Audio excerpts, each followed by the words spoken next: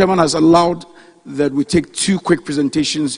One, a testimony from Apostle Dr. George Mike Portuphy, National Head of Indonesia, and then also a presentation from Canada about the work they've done with their Aborigines in Canada. Very brief ones. So let's listen to them quickly before the IMD takes the stage to minister to us. Let's welcome Apostle Dr. Mike Portuphy, please. Please come up stage and do your testimony.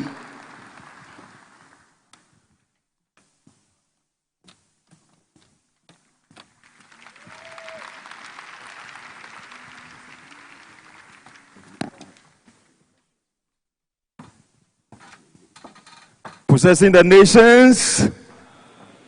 Oh, our response is too slow for this fierce wind that is blowing in this house. Possessing the nations. Possessing the nations. I want to express my gratitude to our dear chair and our IMD, our general secretary, and the entire leadership for the opportunity to share this brief testimony with us. Last year, under the spirit of the missions enterprise and in the Vision 2028's agenda, my wife and I were sent to Indonesia. The fierce wind carried us very far. But we also realized that under the covering of that fierce wind, you are very safe and you are very secure. And that's the best place to be. Amen. When we arrived in Indonesia, a few days after, we organized a few community leaders on September 25th in the evening in central Jakarta and actually discussed our mission for being in the nation. Right after that, we were heading back to the missions house where we were staying. On that highway that evening, little did we know that the enemy had an agenda, since our purpose has been exposed to a few people in that place.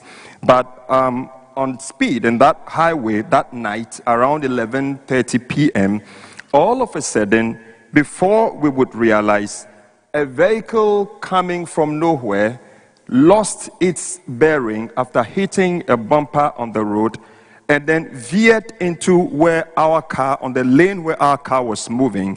And this vehicle literally knocked our car off the road. In fact, the vehicle that my wife and I were in, together with two other Indonesians, began to flip over. The vehicle flipped over once, and then flipped over the second time, hitting very hard on the bare floor of the highway. And then the third move was to hit a wall by the side of the highway, and then flip over again with the tires in the sky, all damaged. I don't know if it is being projected. So we were in this vehicle as it was somersaulting several times, as if these people must be finished this evening. But beloved, we've come to realize that the Lord always keeps his eyes on his servants. One thing our dear IMD mentioned as we were going was that, my brother, God is on the missions field. He's waiting for you. Beloved, God was in this vehicle securing his people. After it flipped over and over and it landed, I was still alive. I checked my wife, are you there? She said, yes, honey, I'm here. And then we checked on the other people, they all said they were there. We started hearing, or we started smelling gasoline. We realized that this car could catch fire any moment. So we literally crawled out of the broken windows, out of the car. All of us, four of us, were still alive. Beloved, it will surprise you that our phones were still in our hands, our glasses were still intact. I did not have a single scratch on me.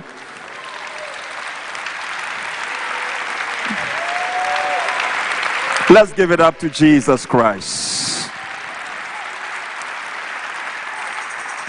There is a protective wind of the Spirit under this unleashing agenda.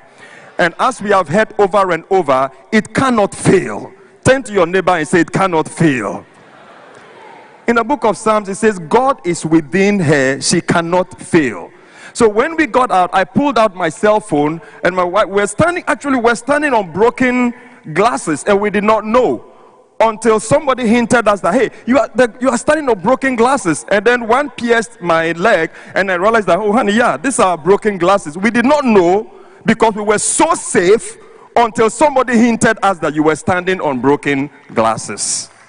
And so I took videos of what had happened, and when the police arrived, they were so shocked. They quickly whisked us to the hospital, and I told them, I had a crusade the following day. I need to go. So in the morning, quickly I got myself discharged, and I flew 5 hours to a city called Kupang, where people were waiting for me for a crusade. Souls got saved, the sick got healed, God did his work. A day after this, praise the living God.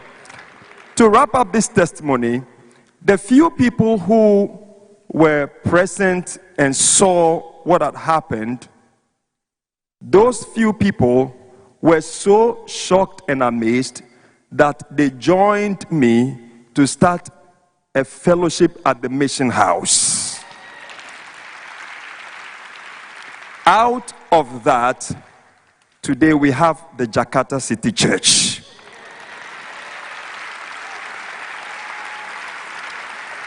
What the enemy planned for evil, God turned it for good, because God is in this vision.